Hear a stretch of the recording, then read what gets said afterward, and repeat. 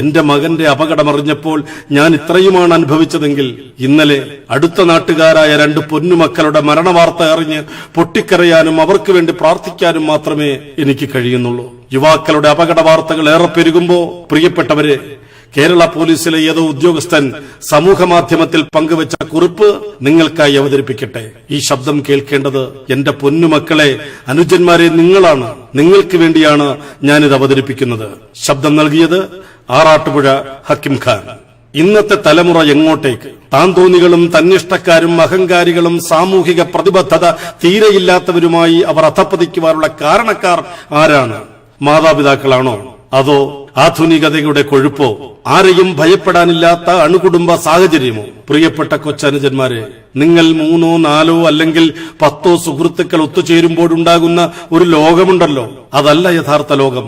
മാതാപിതാക്കളെ അനുസരിക്കാത്ത, മുതിർന്നവരെ മാനിക്കാത്ത, ഒത്തുചേർന്നാൽ താൻ തോന്നിത്തരങ്ങൾ മാത്രം കാണിക്കുന്ന നിങ്ങളുടെ ലോകമുണ്ടല്ലോ, അത് വെറും വിഡ്ഢികളുടെ ലോകമാണ്. നിങ്ങൾ വിഡ്ഢികളുടെ സ്വർഗത്തിലാണെന്നുള്ള തിരിച്ചറിവ് ഇനി എന്നാ നിങ്ങൾക്കുണ്ടാവുക?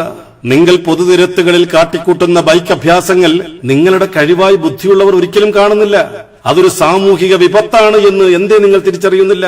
നിങ്ങൾ പൊതുനിരത്തുകളിൽ കൂടി നാടും കാടുമിളക്കി പ്രപഞ്ചത്തെ പ്രകമ്പനം കൊള്ളിച്ചുകൊണ്ട് ബൈക്ക് പറപ്പിക്കുന്ന ആ ശബ്ദമുണ്ടല്ലോ, ഒരു പൗരന്റെയും ചെവിക്ക് അലോസരമല്ലാതെ ഒരു ഇമ്പവും നൽകുന്നില്ല.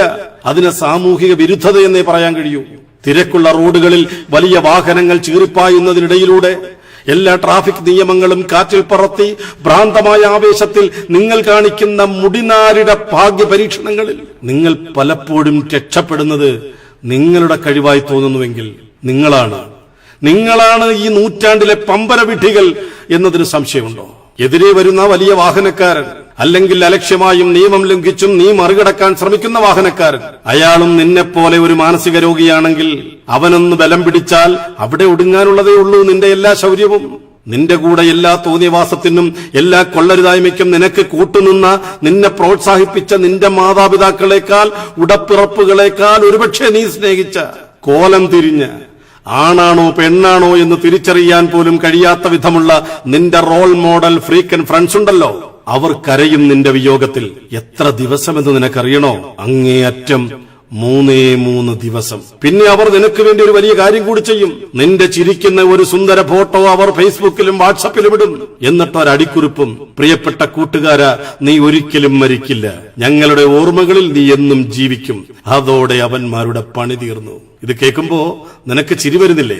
അവന്മാരുടെ ഓർമ്മയിൽ നീ ജീവിക്കുമെന്ന് കേട്ടിട്ട് ലഹരിക്കടിമപ്പെട്ട് മസ്തിഷ്കം മരവിച്ച് കഴിയുന്ന അവർക്ക് ഓർമ്മ പോയിട്ട് പൊക്കണം പോലുമില്ല എന്നുള്ളത് മറ്റുള്ളവരെക്കാൾ നന്നായി അവരുടെ സന്തത സഹചാരി എന്ന നിലയ്ക്ക് നിനക്കല്ലേ കൂടുതൽ അറിയാൻ കഴിയുന്നത്?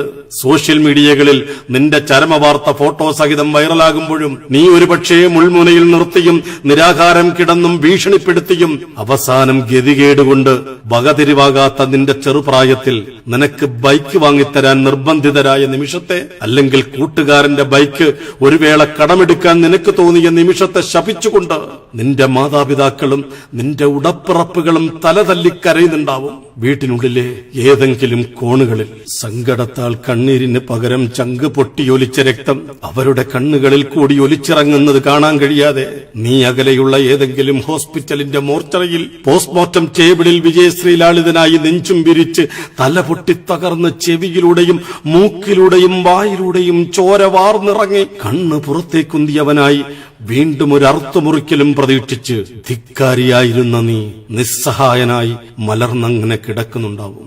ജീവിതത്തിന്റെ സൗരഭ്യത്തിലേക്ക്, ഉത്തരവാദിത്തങ്ങളിലേക്ക്, വിവാഹ കുടുംബജീവിതത്തിലേക്ക്, ജീവിതം എന്തെന്ന് ആസ്വദിച്ചറിയാൻ തുടങ്ങുന്നതിന് നാഴികകൾ മാത്രം ബാക്കിയായിരിക്കെ നിന്റെ അഹങ്കാരവും അഹംഭാവവും, നിന്റെ നിഷേധഭാവവും ഈഗോയും കാരണം അകാലത്തിൽ മരണം വിരന്നു വാങ്ങിയ പമ്പര വിട്ടിയായി നീ അങ്ങനെ കിടക്കുന്നുണ്ടാവും. പൊന്നനുജന്മാരെ, നിങ്ങൾ ഇനിയെങ്കിലും മാറേണ്ടിയിരിക്കുന്നു. നിങ്ങൾ നിങ്ങളുടെ വീടിന്റെ പ്രതീക്ഷകളാണ്.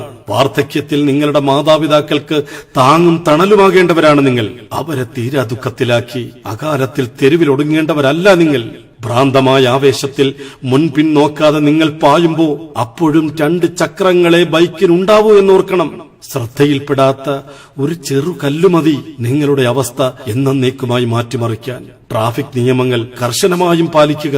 നിരത്തിൽ അഹംഭാവവും അമിത വേഗവും അവഗണിക്കുക. പ്രിയമുള്ളവരെ, പല നേർക്കാഴ്ചകളുടെയും അനുഭവങ്ങൾ മനസ്സിൽ ഉറങ്ങുന്നതിന്റെ അടിസ്ഥാനത്തിലായതുകൊണ്ടാണ് തന്റെ കുറിപ്പിൽ അല്പമെങ്കിലും അമർഷവും രോഷവും വന്നിട്ടുള്ളതും അത് സ്വാഭാവികവുമാണെന്ന് കുറിപ്പുകാരൻ പറയുന്നുണ്ട്. ഈ കുറിപ്പിനോട്, ഈ ശബ്ദത്തോട് യോജിക്കുന്നവരുണ്ടെങ്കിൽ ഒന്ന് ഷെയർ ചെയ്യാനുള്ള സന്നദ്ധത കാണിക്കുക. അത് ചിലപ്പോ കുറച്ചനുജന്മാർക്കെങ്കിലും ഒരു പരിവർത്തനം ഉണ്ടാക്കാൻ സഹായിച്ചെങ്കിലോ. സ്നേഹാഭിവാദനങ്ങളോടെ നിങ്ങളുടെ ആറാട്ടുപുഴ ഹക്കിം ഖാൻ. റേഡിയോ നിഷാദൻ, നാവില്ലാത്തവന്റെ നാവ്.